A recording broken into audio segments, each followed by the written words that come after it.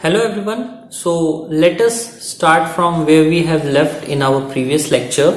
What we are talking about that if this is our portfolio and we have two securities to invest in, one is A and the another one is B. So what will be our task is to find out as how much to invest in A and how much to invest in B so that my return will be maximized and my risk can be reduced. Clear? Now let us first of all understand that how we can calculate the risk of the portfolio and return of the portfolio. Now in order to find out the return of the portfolio, it is one of the easiest to calculate. Means if I have two stocks A and B and I have invested say 40% in A and 60% in B, the return of asset A is say 10% and return of asset B say is 12%. So the return of the portfolio means what? This is my portfolio. Now I have taken two assets, asset A and asset B with the particular weights and their respective returns are given. Now I need to find out what is the return of that portfolio in which I have security A and B. So it's very simple. You just have to take the 40% of 10% plus 60% of 20%. Means what? Simply what you are doing, you are taking a weighted average. What you are taking? A weighted average of portfolio A and B. Calculate it fast that how much will be the value. 40% of 10, it is coming as 4, and 60% of 20, it is coming as 12. So the return of the portfolio is 16%. So you don't have to worry about the return. The calculation is very simple and it's very easy. Okay. Suppose if there would have been 3 assets into the portfolio, even at that time also the calculation of return will be very easy. Means suppose there is asset A, asset B and asset C. The weights are given like this. Suppose 40%, 40% and 20%. The respective returns are given, say 8%, 12% and 16%. Now if this is a portfolio, now I want to ask with my fund manager what is my return of the portfolio. So he will simply take the weighted average, means 0.4 into 8% plus 0.4 into 12% plus 0.2 into 16%. Calculate it fast. It is coming 3.2 plus 4.8 plus 3.2. Add them all. So the return of the portfolio is coming as 11.2%. So now we will be able to understand that how we can find out the return of the portfolio. Clear? But the calculation of the risk is little complicated, but it is used so many times in our curriculum that you don't have to mug up the formula. It will automatically set up in your mind. What is the formula to calculate the risk of the portfolio? It's simple. Let us take, there we have two assets, asset A and asset B. The weights are given for the asset A and B. Suppose the weight is like 40%, 60%. We have the standard deviation of asset A and standard deviation of asset B. Suppose the standard deviation is 12% and here the standard deviation is 14%. As well as there is one more information needed about this portfolio risk, that is a covariance. Covariance and the correlation. Now covariance and correlation are same. Okay, just correlation I can say is the standardized version of my covariance. Covariance is talking about how the two different assets are moving together. Okay, are they moving in the same direction or are they moving in the opposite direction? But the number of covariance is sometimes very huge. So what we will do, we will simplify our covariance, standardize our covariance, and we make it a correlation. Clear? So now gradually we will understand. For the time being, we need these figures to understand as to what is the risk of my portfolio. We need covariance as well as we need the correlation. Clear? Now suppose correlation is given to us as 0.5. So we know that correlation lies between -1 to +1. What is the meaning of -1? Perfectly negative correlation. What is the meaning of +1? Perfectly positive correlation. Now what is the difference? That the two stocks will move in the same direction. And what is the meaning of this? The two strong will move in the opposite direction. Am I clear till now? The two stocks will move here in the same direction. Sorry, here we have the stocks moving in the same direction, and here we have the stocks moving in the opposite direction. Now what is the meaning of moving in the same direction? I have two stocks A and B. If A is rising, the price of A is rising, then the price of B is also rising. If the price of A is falling, the price of B is falling. This is known as a perfectly positive correlation. But what if the price of A is rising but the price of B is falling? In this scenario, we have a perfectly negative correlation. If the price of A is falling, the price of B is rising, we have a perfectly negative correlation. They both are negative to each other, and if they move in the same direction, they are positive to each other. Clear? So whenever we have a negative correlation, we'll be very happy. Whenever there is a negative correlation, we'll be very happy, and the reason of such an happiness is why? Because if you look at the portfolio, I have two stocks A and B. The price of the A is rising and the price of B is falling. Means what? I have no risk.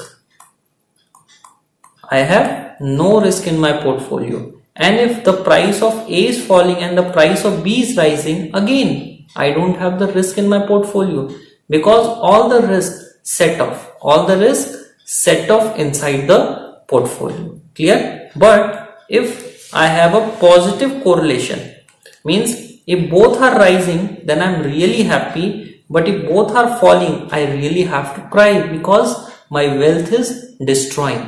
But if A is rising and B is falling, I don't have the issue because my wealth is still the same. Means if it will rise by 20%, it will fall by 20%. So my wealth is still the same. But in this scenario, if one will decrease, the other will decrease, my wealth will destroy. I will cry when the correlation is positive, and I'll be very happy if the correlation is negative, because it is going to make my portfolio a risk-free portfolio. There can be the possibility where my portfolio can be the risk-free. Clear? Now,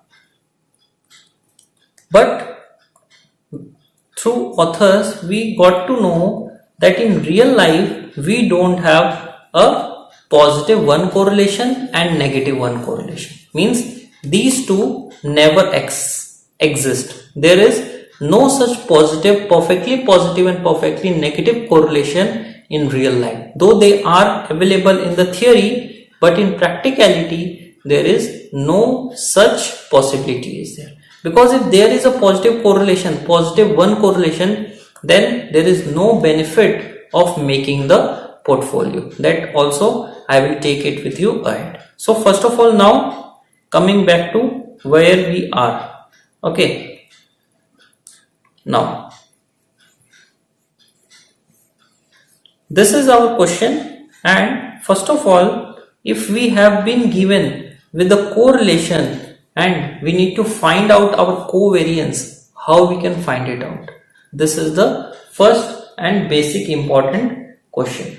Okay, so can you tell me that how you can calculate the covariance with the help of correlation? I think it's very simple, because what is covariance? Try to think. What is covariance? You have studied it many times, if you remember. Covariance is equals to correlation multiplied with sigma A multiplied with sigma B. This is my covariance. This is my sigma A, this is my sigma B, and this is the symbol of correlation. Clear? Excuse me. So with the help of this formula, I can find out what is my covariance. So let us do 0.5 multiply with sigma A, that is 12%, multiply with sigma B, that is 14%. So what is my covariance?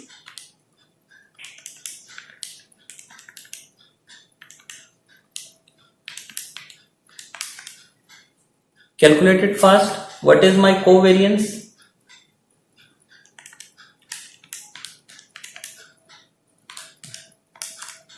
It is coming as 0.0084. This is my covariance. Clear? Are you clear? This is my covariance. Now, what is the formula for calculating the risk of the portfolio? Okay, if you look at the symbol, this is the standard deviation of A, this is standard deviation of B, and this is standard deviation of portfolio. This is standard deviation of A, this is standard deviation of B. Now we have the standard deviation of portfolio, and if you look at the formula, it's very simple. What's the formula? See, it's weight square, weight of A square multiply with sigma of A square plus weight square of B sigma square of B plus 2 into weight of A into weight of B into covariance of A comma B. Now first of all, rather than directly going into the calculation, you need to understand the formula. Now this covariance is composed of correlation into sigma A, sigma B. This covariance is inclusive of our correlation multiply with sigma A and sigma B. Now see, we don't have to do anything with this first two term, neither we have to do anything with these two as well as these two. What is the important concern is our correlation. Means only this is the portion which is giving us the diversification benefit or no diversification benefit. Now how is it possible? See, this is the risk. If you look at the sigma P, this is the risk, and what we want, the risk to be lower. What we want, the risk to be lower. So if you look at this part, first part, do you think is there any possibility that this can be negative? No. Is there any possibility that this can be negative? No. But yes, there is the possibility in this part that it can become negative and make the effect little lower. Because of that, my risk will become lower. Means if my correlation will become negative, okay, it can range between -1 and +1. So if the correlation is -1, then this term, the whole term will become negative, and this will get reduced from this part. Then the value under the square root will be lower, so the output will be again lower. But what if my correlation is +1? What if my correlation will be +1? then in that scenario my risk will be higher because these all three are getting added together. Then these all three are getting added together. So this is the simple formula for calculating the standard deviation of the portfolio, or we can say the risk of the portfolio. Previously we have seen how to calculate the return of the portfolio, and this is the way to calculate the risk of the portfolio. Am I clear till now? Okay. First of all, we will see that with the same risk, return and weight, means there is stock A, stock B, clear? We have the standard deviation, we have the weight, we have the correlation, and here is the standard deviation of portfolio. So my standard deviation of A is 10%, my standard deviation of B is 12%, weight is say 40%, weight is 60%, correlation is, let us say, -1. Now I don't want you to just use so much of calculator and so much of say pen paper, because see, we are into an era where we have to use the models. Okay, so what's good for you is to create a model in Excel. Create a model in Excel, put up this figure and create the formula for the standard deviation of the portfolio in your Excel, and find out what is the standard deviation of your portfolio. Okay, I have created that in my Excel, and now I'm going to give you what is the standard deviation of your portfolio. Okay, you also, just for the time being, just try with your calculator, pen and paper, and the formula which I have given you just now. Okay, the formula, that is square root of weight square of A into weight square of A multiply with sigma square of A plus weight square of B multiply with sigma square of B plus 2 into weight into covariance. What is my covariance? That is correlation multiply with sigma A multiply with sigma B. Now calculate it fast.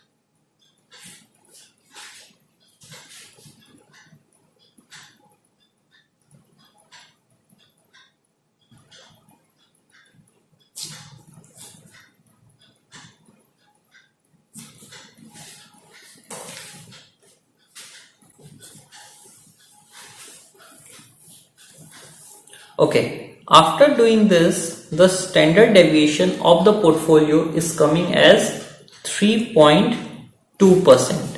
When my correlation is -1, this is the risk. Clear? Now, what if my correlation is -0.5?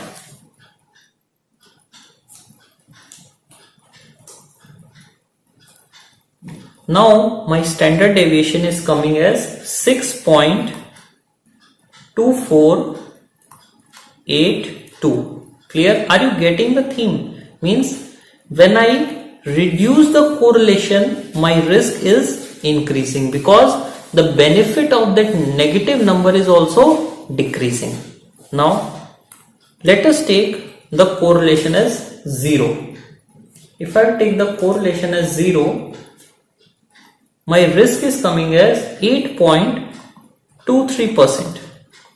What if I will increase my correlation to 0.5?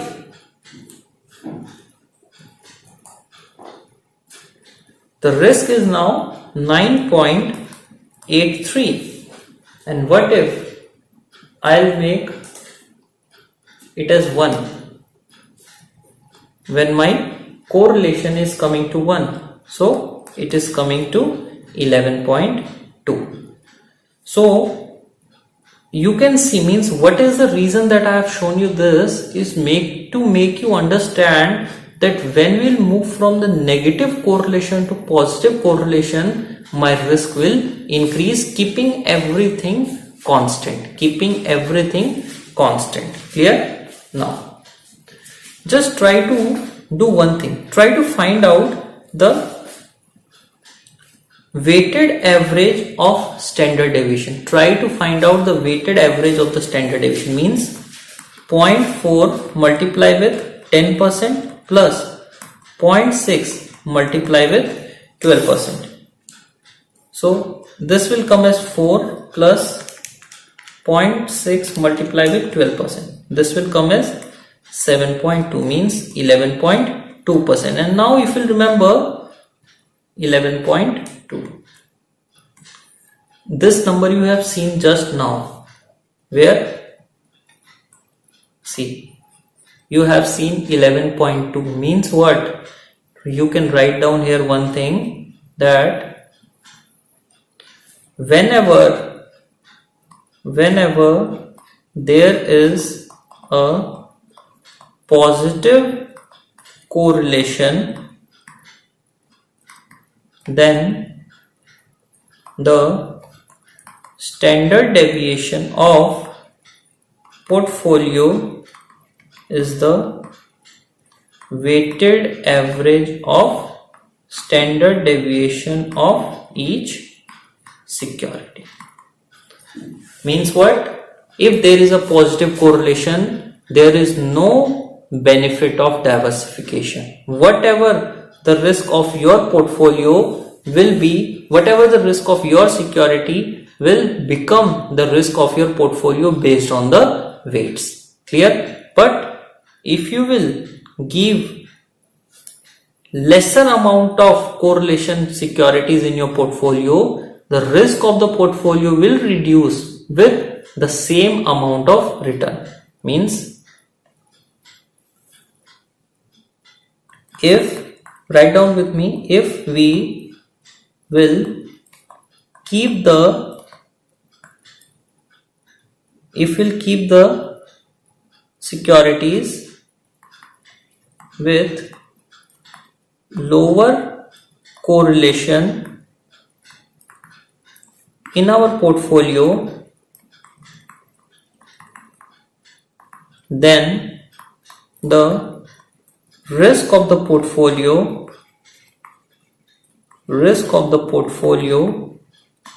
will decrease.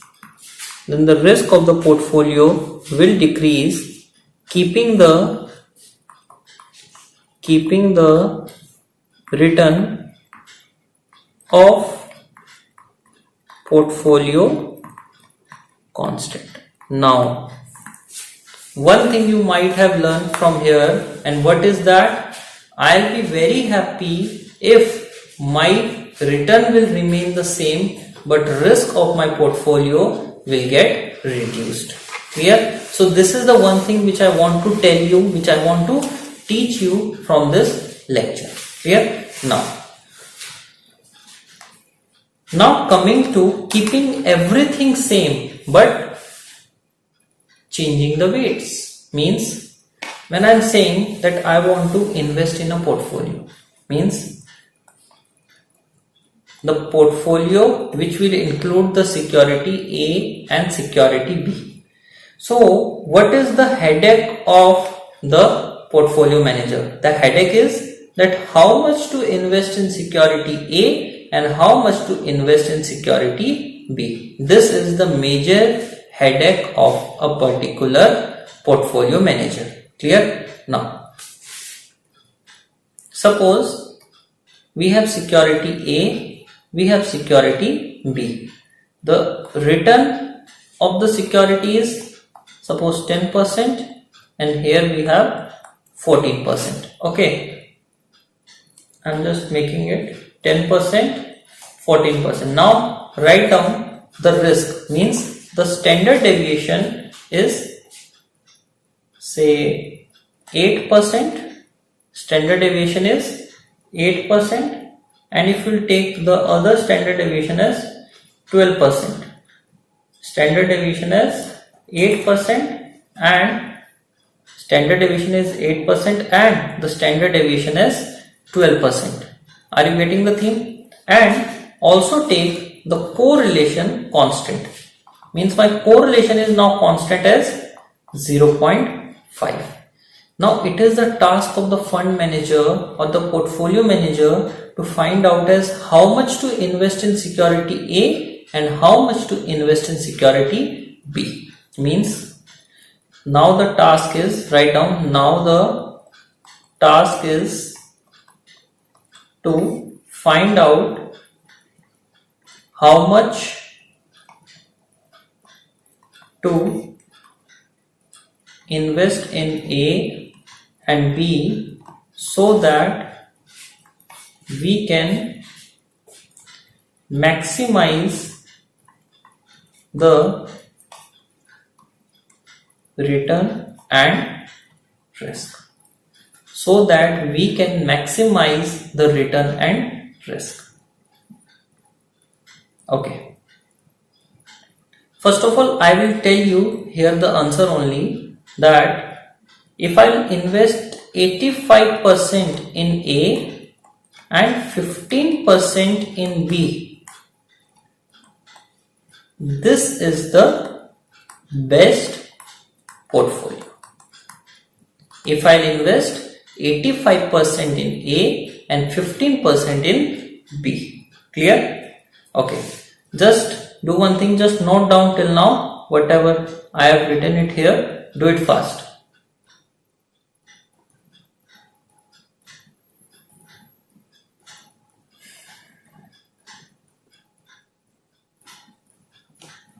Okay. Now what I will be doing, I will be changing the weights. Okay, so I will basically create a table where I will be giving the weights. Suppose the asset A and asset B. If I will be taking the weight as say 100% and 0%, what will be my risk and return of the portfolio? If I will be investing 100% in A and 0% in B, so means what?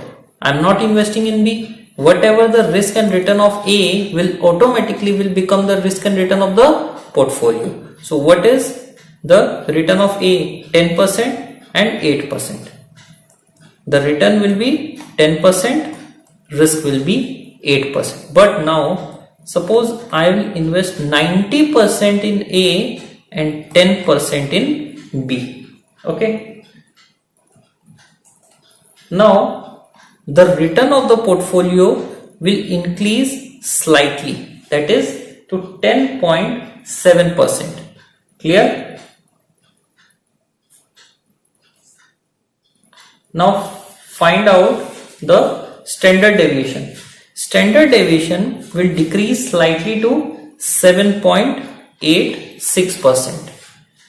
Clear? Now what if I will change it more to 85% and 15%.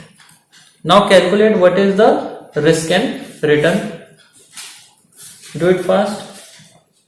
If you do it with me, you will understand a lot.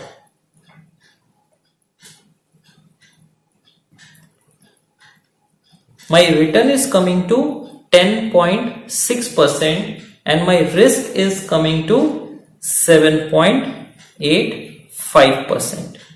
This one is the optimum portfolio where my risk is lower and the return is also little lower, but yet I am satisfied because my risk decreased heavily. Okay, but if you take the numbers in real terms, you will really find out the difference, because this number, if I will expand it into more digits, it will become 7.8689%.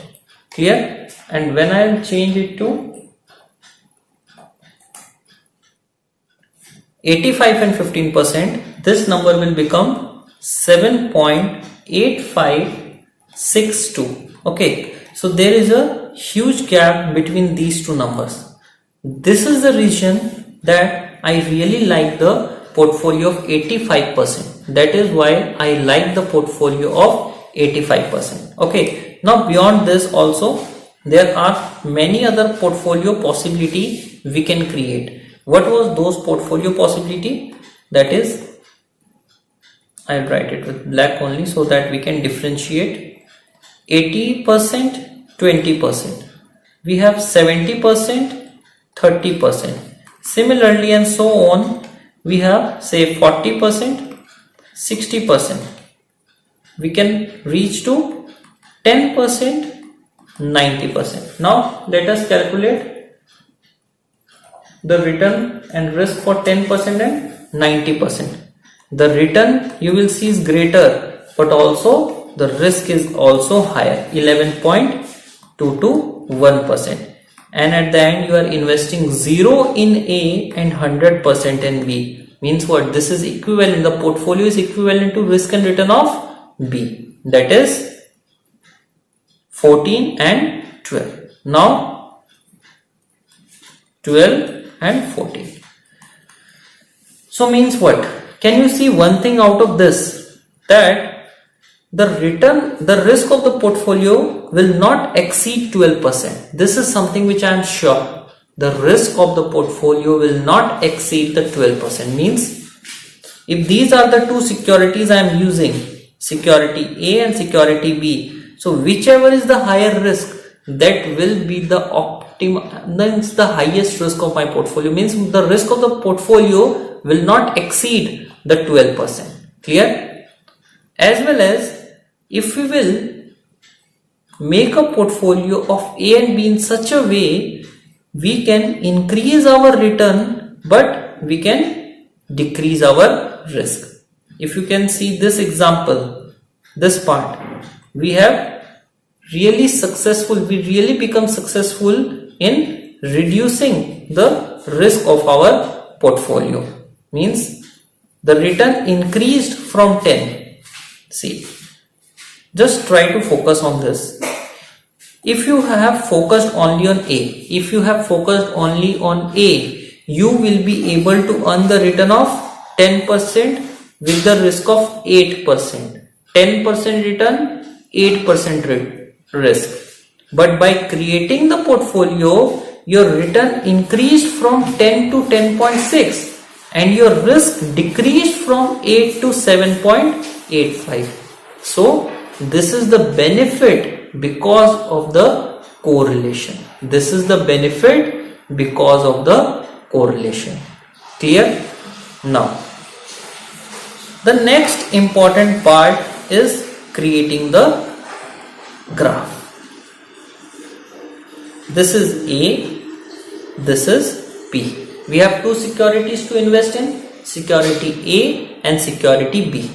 Now, this will become my portfolio. When this will become my portfolio? When I will invest 100% of my money in A and 0% in B.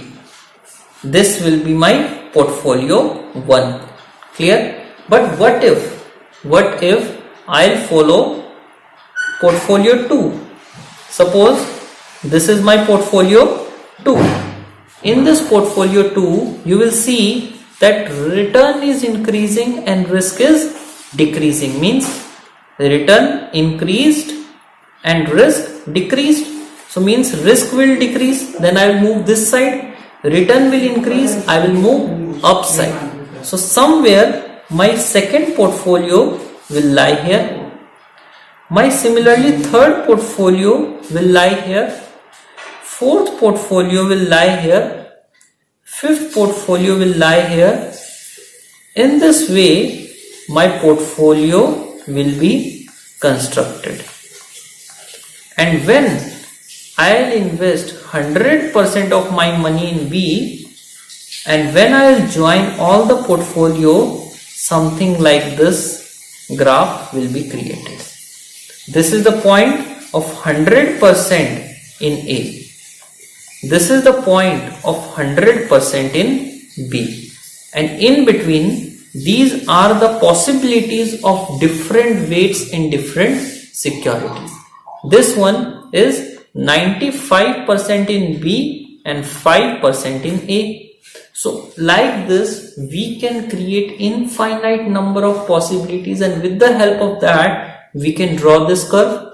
Infinite means we can also take 95.50% in B and 4.50% in A. This can also go 95.550. Similarly, we can take with the A 5550.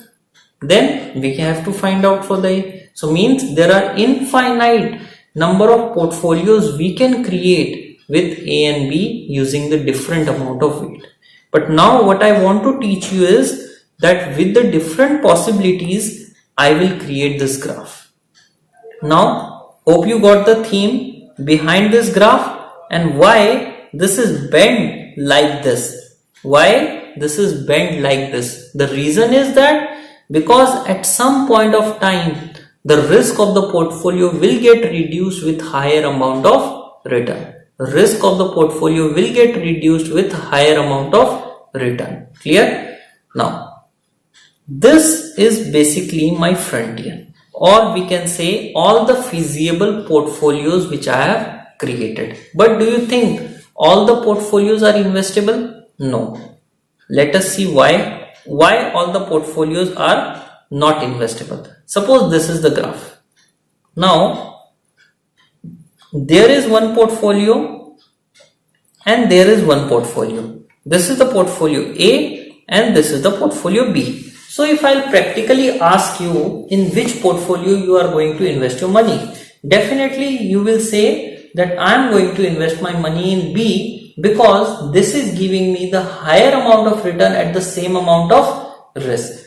So we have there a one point.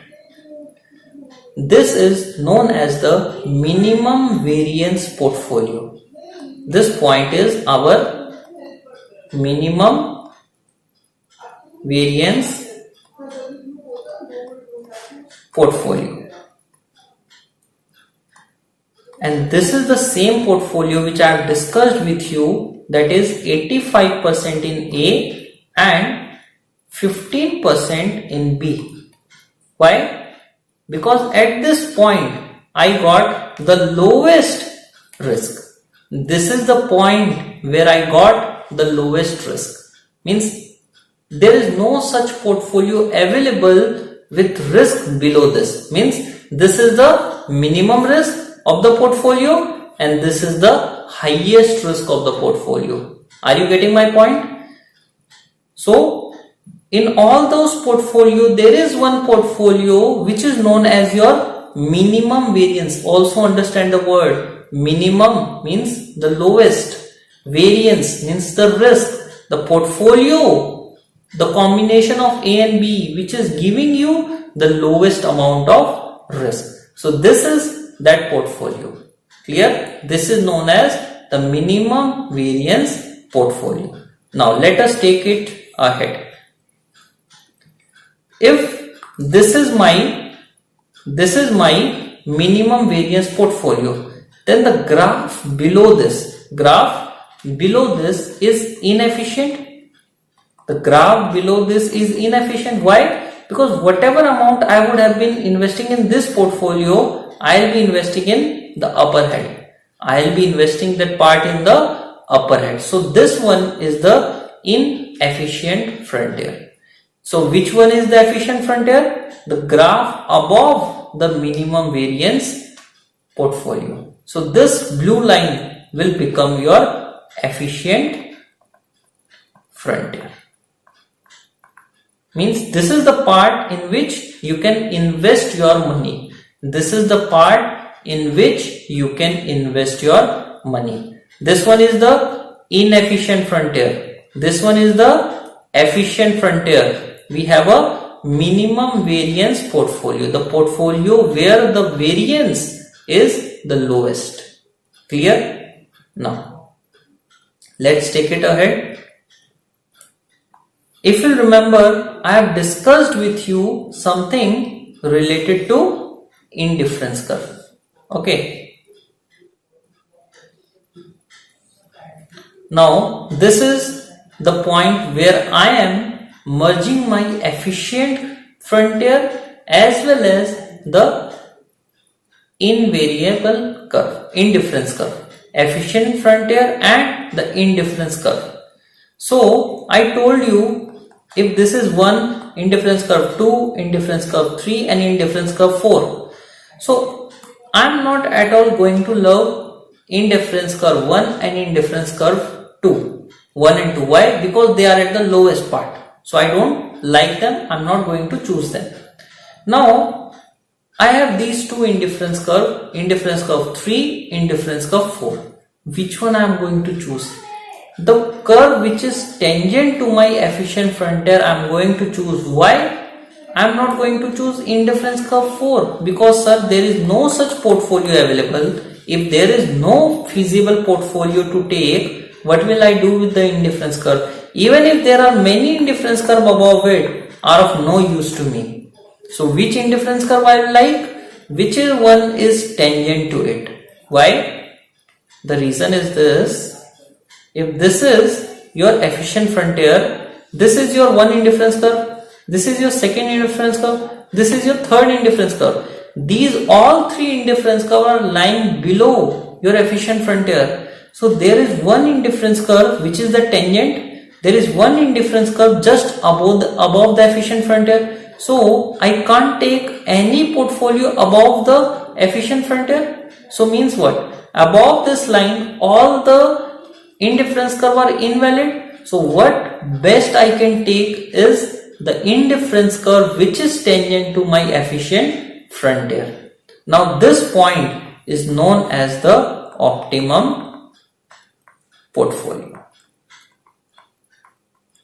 This point is known as the optimum portfolio. Means, first of all, this is my efficient frontier, and at this point here my utility is getting maximized. Simple. What is indifference curve? In the whole curve my utility is going to remain the same. So at this point where my utility is maximized and this is the portfolio which is efficient also, is known as the optimum portfolio, which is giving me the maximum utility as well as the expected return and at the expected risk. Am I clear till now?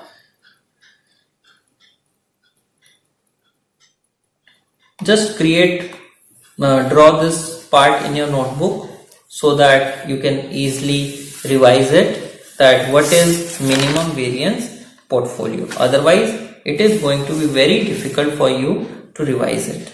Clear? Now coming back to the point where we have discussed our different correlation values. Now that is important to me again. Yeah, this one. This one is the last concept of this lecture. Then I'll end this lecture. Now I have to create a portfolio. Okay. As well as I said that with this I can create a risk-free portfolio. With this I can create a risk-free portfolio as well. Clear? Now in this section I'll take you with one concept. What is the weighted average return of A is 4. What is the weighted average return of B is 7.2. So if you look at the weighted average return or weighted average risk of B minus weighted average risk of A, means 7.2 minus 4. How much it is coming? 3.2. And if you look at this part, it is equal to 3.2. Means what? Now you can be sure with one thing. When the correlation is equals to 1, then the risk of the portfolio is equals to weight of the portfolio into standard deviation of A plus weight of B into standard deviation of B. When correlation is equals to -1, the risk of the portfolio is equals to weight of A and sigma A minus weight of B minus sigma B. Clear? How we can create a risk-free portfolio? See, this is A and this is B. If the correlation is 1, if the correlation is positive 1, means what? There is no diversification benefit available to you. So either you invest in A or you invest in B, the thing is going to remain the same for your portfolio. But if you will invest in a portfolio in which the correlation is negative, then this will become the scenario. Now at this point, this is the risk, this is the return. So there are some portfolios theoretically, okay, this is not happen in practically, I told you, because in practical we don't have a correlation equal to 1, and in practical we don't have a correlation equal to -1. But theoretically there are correlation in which this two will become the same. There are examples in which these two can become the same and the sigma of the portfolio will become 0 at some amount of return. So means what? This is a risk free, where my risk is equals to 0 is known as a risk free. So this is a kind of graph which we are creating with the help of correlation. Now if the correlation is 0.9, the graph will be like this. If the correlation is 0.7, the graph is like this. If the correlation is 0.5, the graph is like this. If the correlation is negative 0.5, the graph is like this. If the correlation is negative 7.5, the graph is like this. So means what? When as soon as we are reducing our correlation, you can see our risk is reducing. And when we will approach the negative correlation, -1 correlation, we will reach at the point of 0 risk. We will reach at the point of 0 risk. Again, what I am saying, as soon as we are reducing our correlation from 1 to 0.9, 0.5, 0.4, 1, -0.5, -0.9, then -1, our risk is also getting reduced with the portfolio. Clear? So now I am just wrapping up what we have done till now. First of all, we have seen the indifference curve, which is going to maximize the utility. This is the first point. Second point which we have seen is the portfolio. Portfolio with different risk and return profile. Then we have created the efficient frontier, this part. And how we got the efficient frontier? With the help of a minimum variance portfolio. Also we understood the importance of correlation. We have also seen that how correlation is going to impact the return. Risk is going to change with the decrease in correlation. Return is something which is constant, which is the weighted average of the securities in the portfolio. So now we got to understand that why is the need of the term portfolio?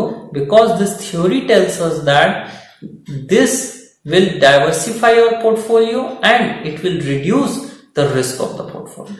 Clear? So hopefully now I'll feel that you got the basic theme, basic idea with respect to portfolio. Okay, how to calculate the correlation, how to calculate the standard deviation of the portfolio, how to calculate the return of the portfolio, how to draw the efficient frontier, how to get the minimum variance portfolio. Clear? So all these things we have studied in a very detailed manner till now. Okay, so now I wrap this here. Thank you.